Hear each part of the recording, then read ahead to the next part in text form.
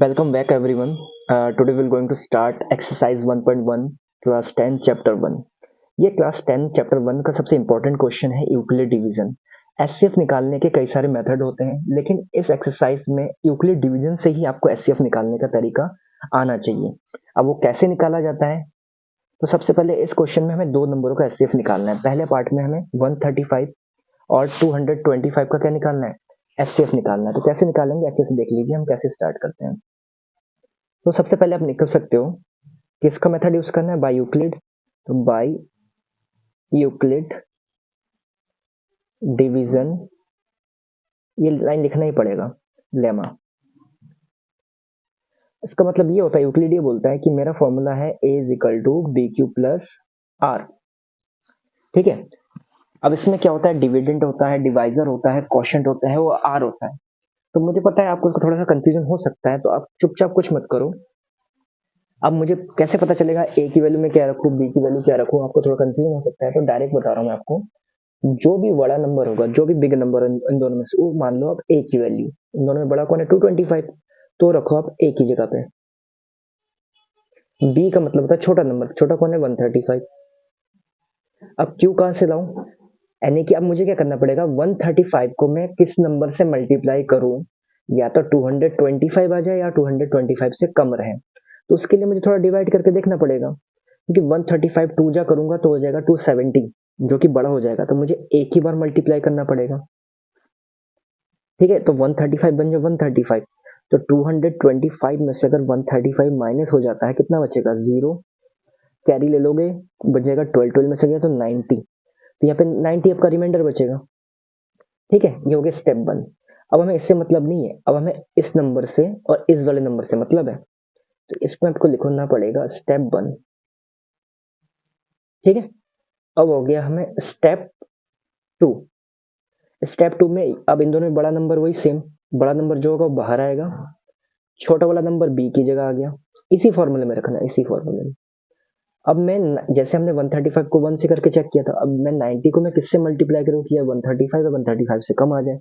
तो मुझे पता है कि 92 जब 180 ज्यादा चला जाएगा, तो 90 बन जा 90, तो 90 बन जा 90 हुआ, तो बचा 45 रिमाइंडर। फिर से अब इससे और इससे मतलब हमें, अब हो जाएगा स्टेप 3। स्टेप 3 में क्या होगा, 90 बाहर आ जाएगा, जो बड़ा हो तो बाहर, छोटा वाला 45 बी की जगह। अब 45 को मैं किससे मल्टीप्लाई करूँ, या तो 90 आ जाए या 90 से कम रहे। तो मुझे पता है 45 टू जा होता है 90, और रिमाइंडर बच जाएगा आपका 0। तो जैसे ये कब तक करना है प्रोसेस, जब तक कि आपका रिमाइंडर 0 ना आ जाए। 0 के ऊपर वाला जो भी नंबर होगा वही आपका एचसीएफ होगा। तो आपको एक लाइन लिखना है, तो एचसीएफ ऑफ कितना 135 और 225 कितना आ चुका है 45।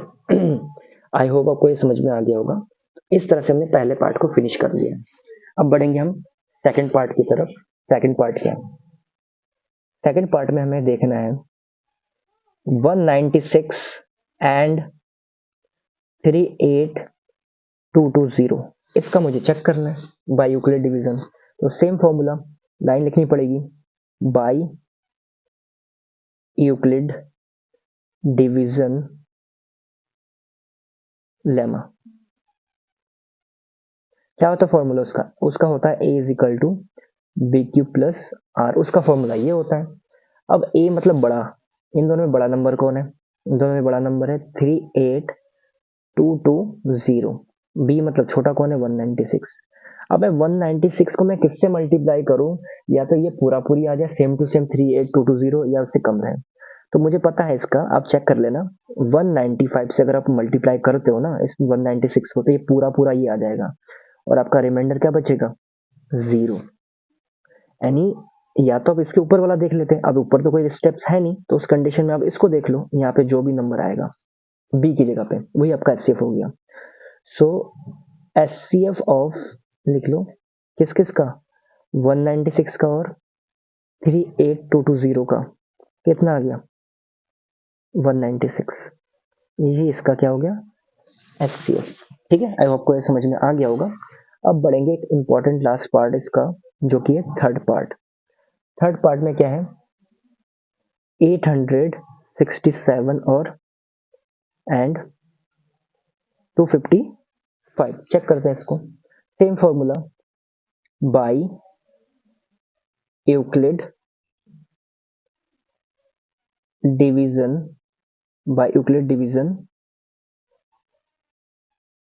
Lemma. By Euclid division lemma क्या होता है, A is equal to B Q plus R, यही तो होता है, A is equal to B Q plus R. A मतलब बड़ा नंबर, इन दोनों में बिग नंबर कौन है, 867। छोटे वाले नंबर को बी की जगह पे। अब मैं 255 को किससे मल्टीप्लाई करूं, या तो ये आ जाए इससे ज्यादा रहे। देखो 255 को 2 बार करोगे तो कम आएगा, 3 बार चेक कर लेते हैं। 3 5 जा 15 का 5 कैरी 1, 3 5 15 और 1 16 का 6 कैरी 1, 3 2 जा 2 1 7। तो 765 यानी लगभग 3 से करने पे इसके पास में जा रहा है। अगर मैं 4 से करता इसी नंबर को, 4 5 जा 20 का 0 कैरी 2, 4 5 जा 22 22, 4 2 जा 8 10। तो ये बहुत ज्यादा चला जा रहा था, यानी कि इसका मतलब मुझे किससे करना पड़ेगा, 3 से, यानी कि की जगह 3 हो गया तो 765 आया था। अब 765 को इससे माइनस करना पड़ेगा, 867 में से 765 को माइनस करना पड़ेगा, कितना बचेगा 201। तो 102 आपका बचा रिमाइंडर। और हमें इससे और इससे मतलब है, ये था स्टेप 1। अब हो जाएगा स्टेप 2। स्टेप 2 क्या है, ये आ जाएगा 255। अब 255 बाहर आ गया, ये आ जाएगा बी की जगह पे। और 102 को मैं किससे मल्टीप्लाई करूं, ऑब्वियसली बात है 2 से करना पड़ेगा। तो 102 204 बन जाएगा, 3 बार करोगे ज्यादा हो जाएगा, 2 टाइम्स तो 204 हो जाएगा। जैसे 204 हो जाएगा तो इसमें कितना बचेगा, 51 ही बचेगा रिमाइंडर। अब इससे और इससे मतलब है, तो ये बन गया आपका स्टेप 3। स्टेप 3 में ए मतलब बड़ा, इन दोनों में बड़ा नंबर कौन है, 102 बाहर, ठीक है। और छोटा नंबर बी की जगह 51, और 51 को किससे मल्टीप्लाई करोगे, 102 हो जाएगा 2 टाइम्स, 51 2 जा 102 हो जाएगा, और रिमाइंडर क्या बचेगा 0।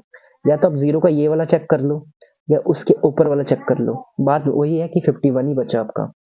सो एचसीएफ किसका, 867 का और 255 का जो एचसीएफ है वो कितना आ चुका आपके पास, 51। इस तरह से आपका ये आंसर आ गया। आई होप आपको समझ में आ गया होगा, ठीक है। मिलते हैं हम नेक्स्ट क्वेश्चन पे। अगर फ्रेंड्स आपने अभी तक इस चैनल को सब्सक्राइब नहीं किया, प्लीज चैनल को सब्सक्राइब कीजिए, ज्यादा से ज्यादा शेयर कीजिए और लाइक कीजिए, कमेंट कीजिए, ठीक है। Thank you.